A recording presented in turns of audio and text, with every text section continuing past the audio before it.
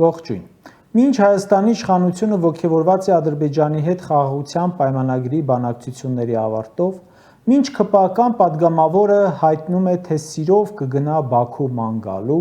մինչ կառավարությունը Հայաստանի հարկատուների փողերով թուրք լրագրողների է բերում Հայաստան, որ հետ գնան վատ ռեպորտաժներ սարքեն, Պաշտպանության նախարարությունը օրը 10 անգամ հերքում է ադրբեջանական կողմի հայտարարությունները, թե հայկական բանակը խախտել է հրադադարը։ Խաղաղության պայմանագրի շուրջ բանակցությունները ավարտել են ու խոսում են այն մասին, որ խաղաղություն չի կարող լինել, Ադրբեջանի արտգործնախարարներ երեք ասում նաև։ Խաղաղությունը հեռու է։ Այս պահին խիստ անհանգստություն կա սահմանի վերաբերյալ։ Ամեն օր ճնշումներ են գործադրում հրադադարի խախտման մասին կեղծ լուրերով։ Ցավոք պետք է արձանագրենք, որ մենք սահմանային անվտանգություն չունենք ու տեսանելի ապագայում չի էլ սպասվում Հայաստանի սահմանային վիճակը, գյուղերի ձևը,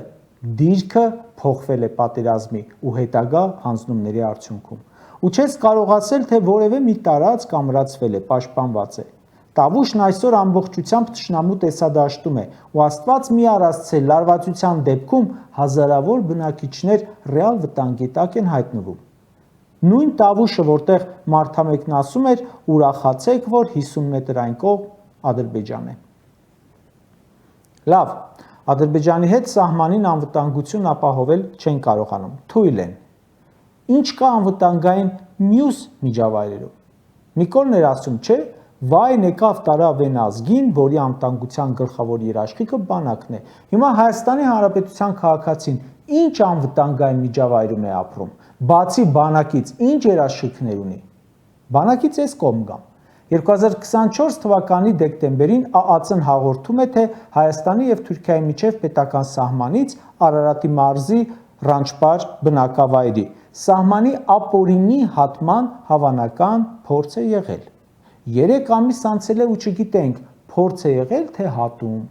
ինչ քայլեր են ձեռնարկվել ու ընդհանրապես չգիտենք թե Հայաստանի սահմանը այդպես ապօրինի կերպով որքան են հատում մեր թշնամիները։ Սահմանից էս կողմ գանք, մտնենք երկրի ներս։ Սահմանը անվտանգ չէ, իսկ երկրի ներսում անվտանգ է, քաղաքացին անվտանգ է։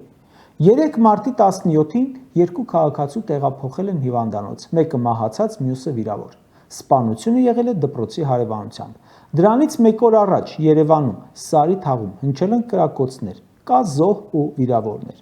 Դրանից 1 օր առաջ կարդում ենք 17-ամյա պատանին դանակահարել է 19-ամյա պատանում։ Սա մեր ամենօրյա լրահոսն է, օրը մի քանի անգամ։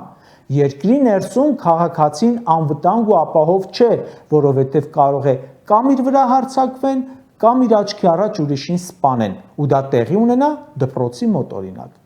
1000-ից 1 կարող ես կարդալ, որ ոստիկանությունը այսինչ դեպքը կանխել է, բայց կարող ես կարդալ, որ ոստիկանները հենց մասնակից են հանցագործության, այսա շատ հաճախ։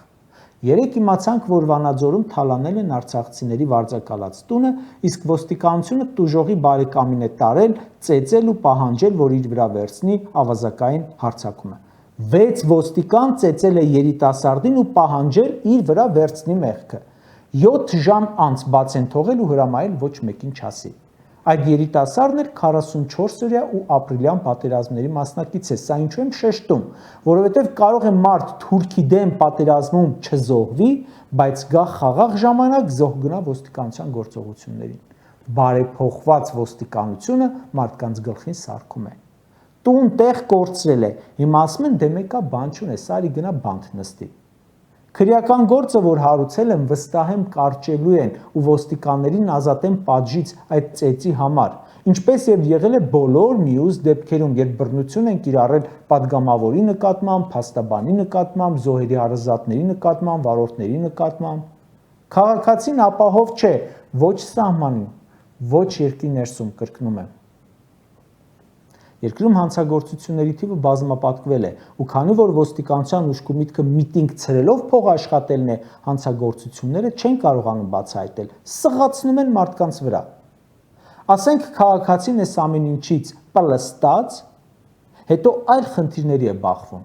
Շատացել են մարդկանց գույքի, ֆինանսների հափշտակության դեպքերը։ Չկա օր, որ ինտերնետի միջոցով խաբելու տասնյակ դեպքերի մասին չիմանանք, մեկ էլ կարդում ենք մեքենա է գնել, գցել են։ Նոտարական կեղծ թղթերով տասնյակ բնակարաններ են իրենցով արել, մարդկանց անուններով վարկեր են ձևակերպել, Photoshop-ի նոր հնարավորություններով մարդկանց մերկ լուսանկարներն են պատրաստում ու շանտաժով հափշտակում գումար։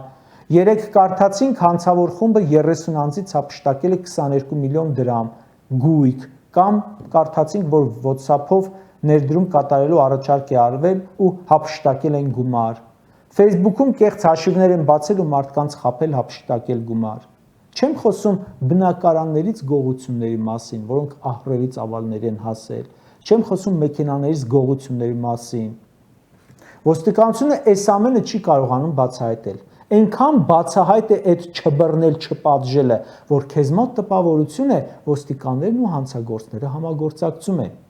Ինչ է նշանակում հանցագործությունների նոր ձևեր են, կատարելագործվում են, չենք կարողանում։ Դուք էլ կատարելագործվեք։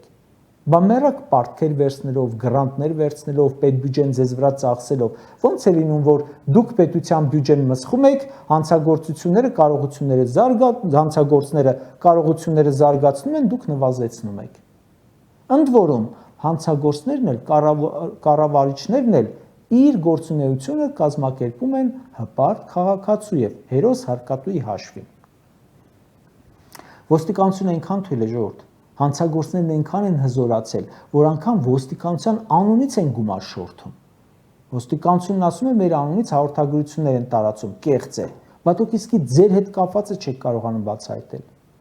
Այսինքն ոստիկանները լավագույն դեպքում կարող են զգուշացնել, ուրիշ բան անել չեն կարող։ Ու չի կարող կառավարությունը ասել, թող զգուշ լինեն մարդիկ չխաբվեն։ Խաբվել են, գնա կանգնիր կողքները, բացահայտիր, պատժիր։ Եթե բախտդ բերի ժողովուրդ ջան, ու այս ամենից պլստաս, ուրեմն հաստատ անվտանգ չես սրանց ամեն օր աճող հարկերի, տուրքերի, տուգանքների ձեռքին։ Վերջը մի ճար գտնում են, որ քեզ կպնեն, վնասեն, բտնեն քո գրպանը։ Կարդում եմ խորհրդարանական լսումներ տեղի կունենան հանրային աղմուկի վերաբերյալ։ Այո, լավ եք անում։ Բա հանրային այս վտանգավոր միջավայրի մասին ինչ կասեք։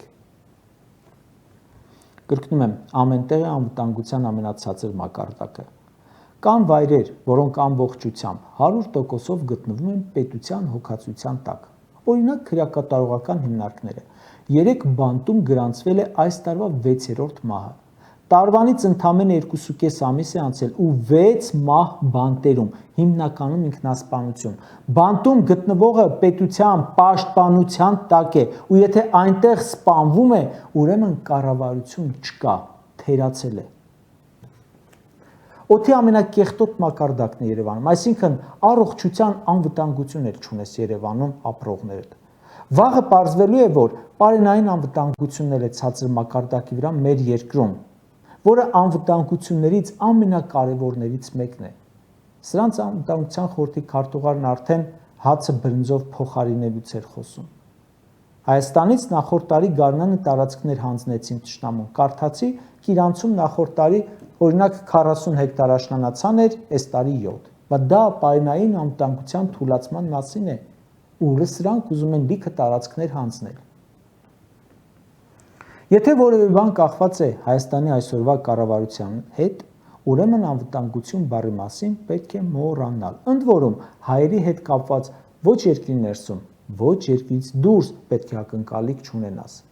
Օրինակ Երուսաղեմում հարձակվում են հայկական թաղամասի վրա, հայերի բիզնեսների վրա, Նիկոլի կառավարությունը գոյություն չունի, չնայած որ այնտեղ ունի դեսպանատուն։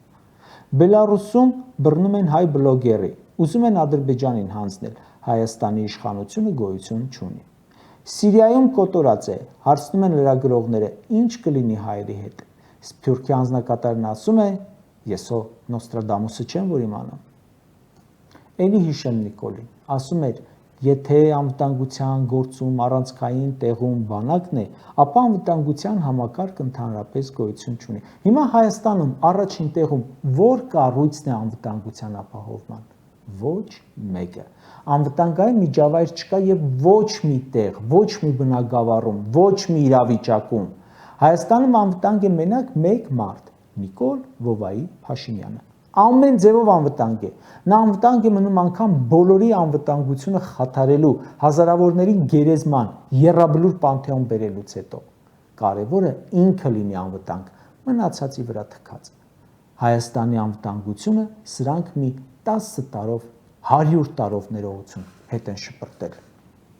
Կարճ ասած, այսին բոլոր թվարկած հարցերով սրանք տվել են բազմաթիվ խոստումներ, թե սահմանային անվտանգության, թե խաղաղության, թե ոստիկանության պահվածքի, թե հանցագործությունների նվազման, բայց չի եղել։ Ինչու՞։ Որովհետև այս մարդիկ ընդունակ չեն, ինչքան էլ լավ գաղափար, ծրագիր լինի, չեն կարող իրականացնել։ Հիմա խեղճ հարիվը սահմանային անվտանգությունը չի կարողանում պահել, ոստիկաններին չի կարողանում զսպել, չի կարողանում բացահայտել հանցագործությունները, չի կարողանում այնպես անել, որ փողոցներում իրար չսպանեն, չի կարողանում այնպես անել, որ մարդկանց չթալանեն զանազան միջոցներով ու նաև հիմա ինտերնետով։ Ու արդյոք որևէ մեկիդ մոտ հարց է առաջանում, թե ով է մեղավոր, որ մեր ժողովուրդը չունի անվտանգություն եւ ոչ մի տեղ։ Չունեք պատասխանը, արդյոք պատճառն այն չէ, որ նա խեղճ է ու հարիվ։